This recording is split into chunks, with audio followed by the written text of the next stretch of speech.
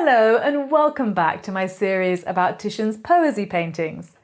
In this video, I'll be discussing a work that was created alongside Diana and Actaeon, and in fact has shared its biography ever since. It's Diana and Callisto. Now, like Diana and Actaeon, the story of Diana and Callisto starts with an act of transgression. Callisto is Diana's favourite nymph. She's very beautiful, and one day she goes off walking in the woods by herself and she is seduced into violating her sacred vow of chastity. Now that is pretty major. Don't forget, Diana is the chaste goddess, and she would absolutely expect all of her nymphs to follow suit. But who is this dastardly seducer of nymphs in woodland settings? Well, of course, it's none other than that inveterate lover of beauty. I would say that inveterate lover of women, but that would do him an injustice. It's Zeus. So how does Zeus seduce Callisto? Well, he disguises himself as the goddess Diana. That opens a whole can of worms, doesn't it? But never mind, let's move on for now. So what happens when you're seduced by Zeus? You get pregnant. Callisto manages to hide her pregnancy for 8 months until, very unfortunately, on one incredibly warm, sunny day, Diana decides that everyone's going to go skinny dipping.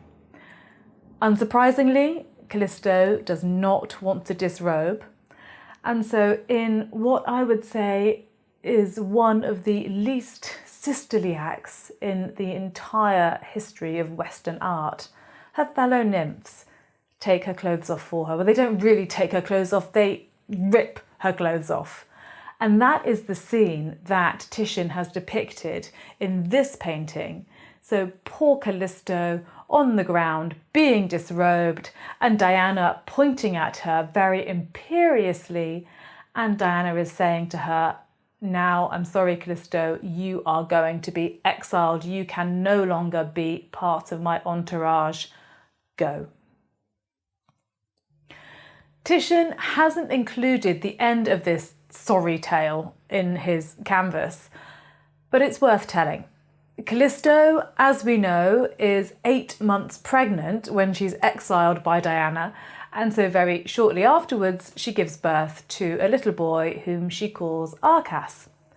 I would love to tell you that Callisto and Arcas have a beautiful happy ever after, but this is Greek mythology, and Hera, Zeus's wife, has not yet exacted her revenge on Callisto for what? For being a lovely, beautiful nymph that happened to catch the attention of her husband.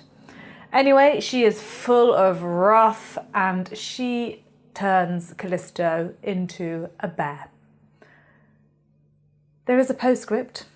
15 years later, Arcas, who has somehow managed to grow up into a happy, healthy boy, he's out hunting. Clearly, no one has warned him that hunting is a very, very dangerous pastime. Callisto, who is now a bear, recognises her son and in joy is bounding towards him, but of course all Arcas can see is a bear heading for him.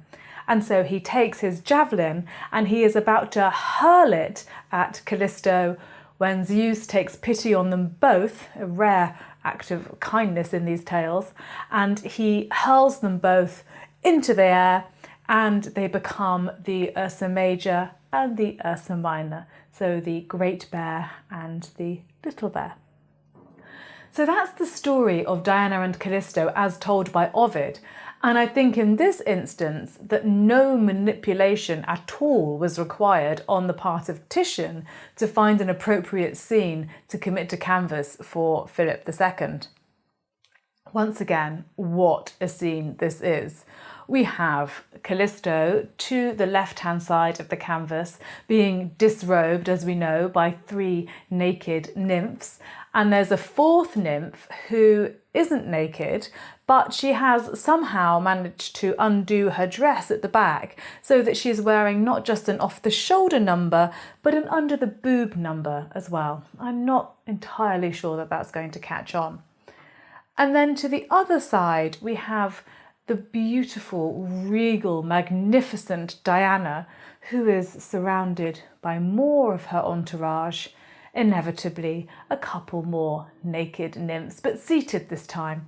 So I think that within this canvas, in this single canvas, you have pretty much every view of the female nude that Philip II may have wanted to feast his eyes upon. There are also a couple, just over to the right-hand side, also a couple of dressed nymphs with bows and arrows and so on. And I think that's just to remind us that Diana really means business.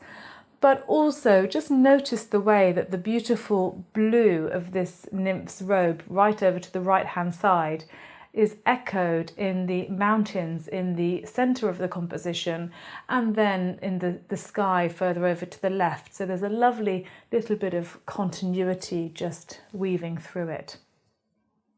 But there is more to delve into within this work, so join me next time when I unveil the hidden meanings in Titian's rendering of the bodies of Diana and Callisto, and wonder just what Diana's definition of chastity might be. Bye!